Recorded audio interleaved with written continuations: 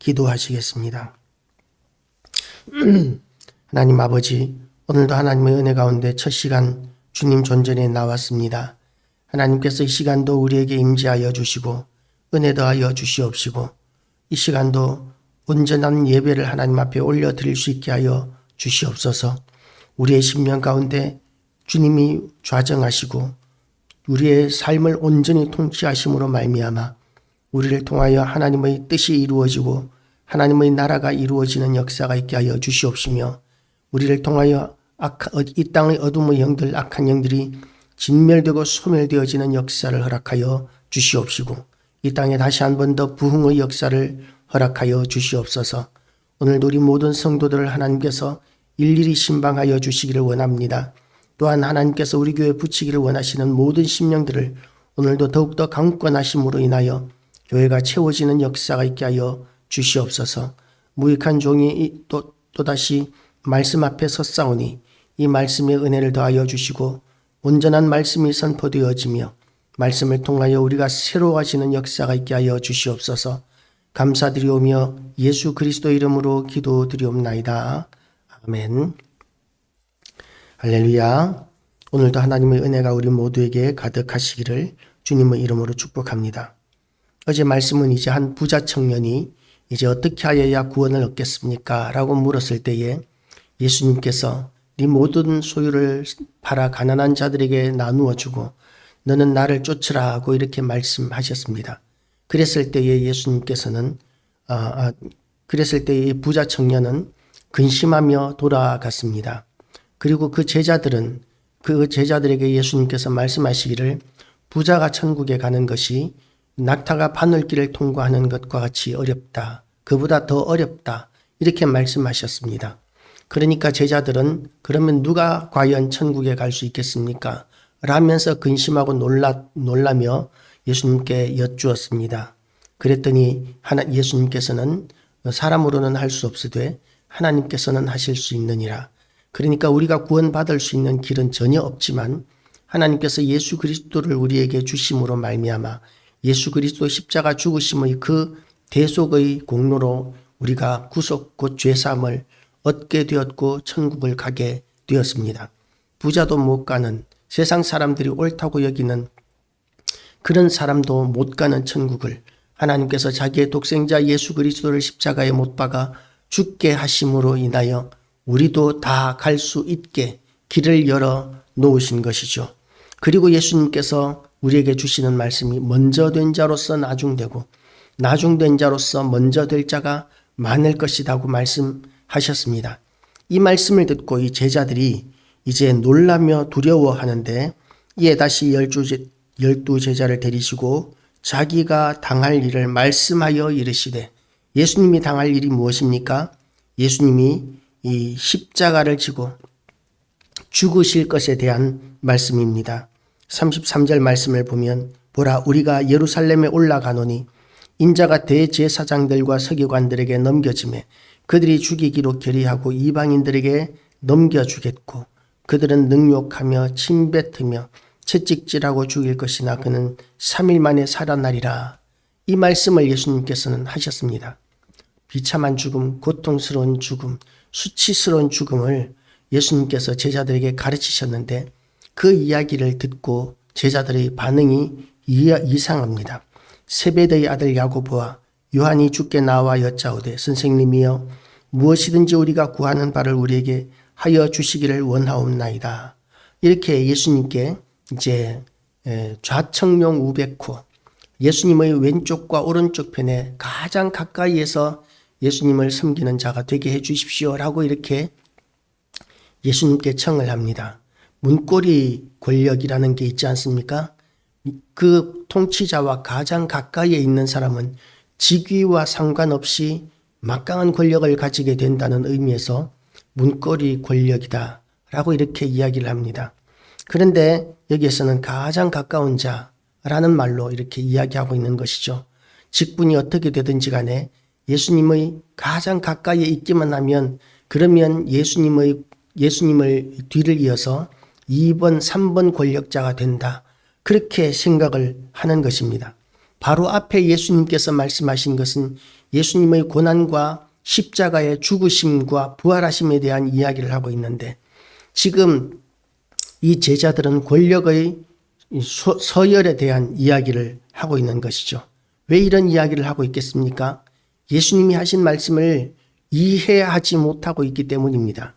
예수님이 가시니까 죽은 사람도 살아나고 병든 사람도 치료되고, 그리고 물고기 2마리와 떡 5개로 5,000명을 먹이고 12바구니를 거두었고, 그리고 또한 물고기 2마리와 또 물고기 2마리와 떡 몇 개, 떡 7개로 그렇게 많은 사람들을 먹이고 광주리로 이렇게 남기는 이런 일들을 제자들이 봤어요. 그리고 나니까 예수님이 왕이 되시면 군대가 굶주릴 일도 없을 것이고, 그리고 죽을 일도 없을 것이고, 죽어도 살아날 것이고, 그런 생각을 하니까 야, 이 예수님의 군대는 천하무적이다. 누가 죽지 않는 군대를 이길 수 있겠느냐라고 이렇게 제자들이 생각을 하는 것이죠. 그러니까 이제 예수님께서 왕이 되실 것이고, 예수님이 왕이 되시면 이제 왼쪽 오른쪽에 서기만 하면 그러면 가장 높은 권력을 가지게 될 것이다라고 생각을 하는 것입니다. 그러니까 그 생각만 하니까 예수님의 십자가 죽으심과 고난에 대해서는 귀에 들어오지 않는 거예요. 예수님께서 그렇게 말씀을 하셔도 이해가 되지 않는 것입니다. 그냥 의뢰의 하는 말씀이겠거니 이렇게 생각을 하는 거죠.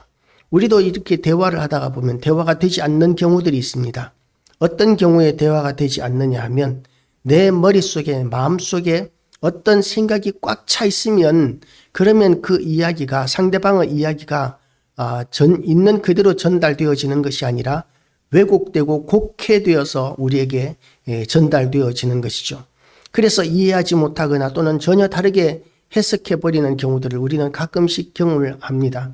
이야기를 하다가 전혀 엉뚱한 이야기를 답을 하게 되는 이유가 내 마음속에 내 생각 속에 전혀 엉뚱한 생각이 들어와 있기 때문인 것입니다. 그래서 이 제자들이 예수님께 세상의 상식대로 세상의 논리대로 권력의 서열에만 관심을 가지고 두 번째, 세 번째 설 수 있도록 해 주십시오 라고 이렇게 요구하고 있는 것이죠. 그런데 이 두 번째, 세 번째 서게 해달라고 요구하게 된 근거가 아마도 31절 말씀이었을 것입니다. 그러나 먼저 된 자로서 나중되고 나중된 자로서 먼저 될 자가 많으니라. 제자들은 이 이야기를 들으면서 베드로와 요한이 지금 권력의 서열에서 밀려났겠구나. 예수님께서 지금 베드로를 밀어내셨고 그 자리를 다른 사람으로 세우려고 하고 계시는구나. 이렇게 생각하고 그 기회를 잡아야 되겠다라고 생각하는 것이죠. 그러니까 예수님께서는 거기에 대해서 이렇게 대답하십니다. 내가 너에게 무엇을 하여 주기를 원하느냐 여짜오되 주의 영광 중에서 우리를 하나는 주의 우편에 하나는 좌편에 앉게 하여 주옵소서 라고 이렇게 구하는 것이죠.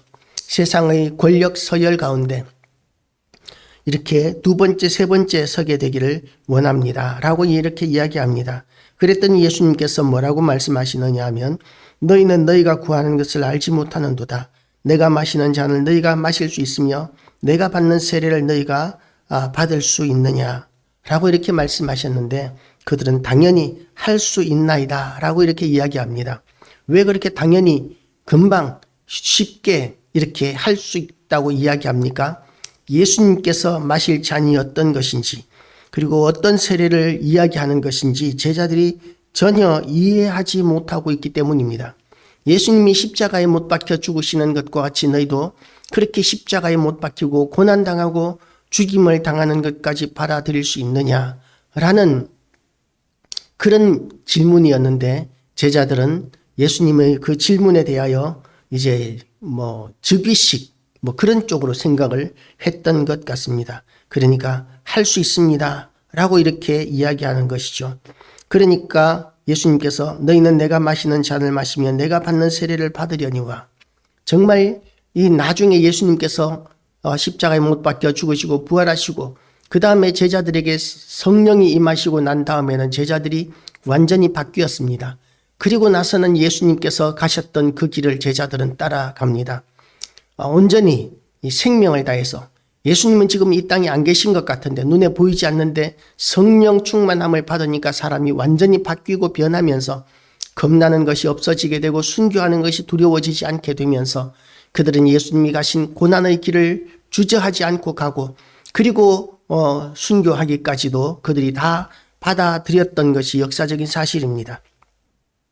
그렇지만 그렇게 되기 전에 이 상황에서는 지금 세상의 질서에서 벗어나지 못하고 있는 그런 세상의 그런 원칙에서 벗어나지 못하고 있는 어리석은 제자들의 모습을 우리가 발견하게 되는 것이죠. 우리도 이 성령 충만함을 받지 못하면 우리의 선입관 때문에 하나님의 말씀을 제대로 받아들이지 못하는 경우들이 생길 수 있습니다. 하나님의 말씀을 받을 때에는 우리가 마음을 내려놓아야 합니다. 우리의 선입관이나 우리의 어떤 상황을 다 내려놓을 수 있어야 합니다.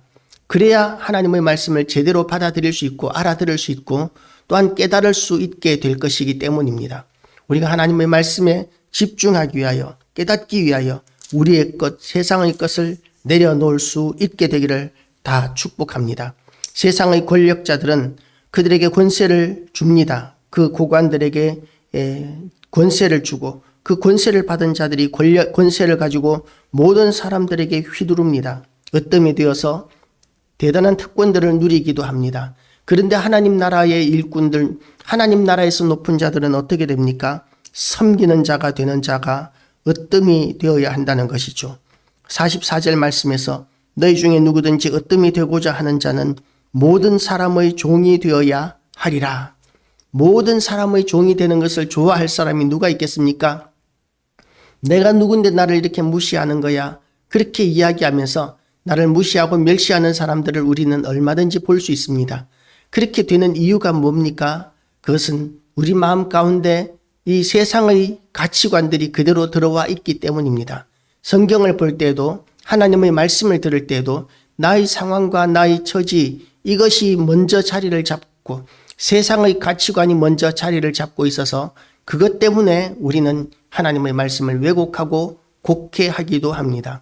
어제 어떤 분의 이야기가 이 기복주의적인 기독교 신앙에 대한 비판하는 이야기를 하는 것을 본 적이 있습니다. 기복주의적인 신앙. 우리가 예수를 믿기만 하면 이 땅에서 출세하게 되고 돈도 많이 벌게 되고 부자가 되고 성공하게 될 것이라는 이런 식의 신앙이 교회 안에 너무나 많다는 것이죠. 그런데 실제로 이렇게 여론조사를 보니까 물론 교회 안에도 그것이 남아있지만 이 이단으로 빠지는 사람들의 대부분이 보니까 그와 같은 기복주의적인 신앙이 교회 정상적인 신앙생활하는 교인들에 비해서 훨씬 많은 압도적인 숫자로 기복주의적인 신앙을 가지고 있다는 그런 통계를 본 적이 있습니다.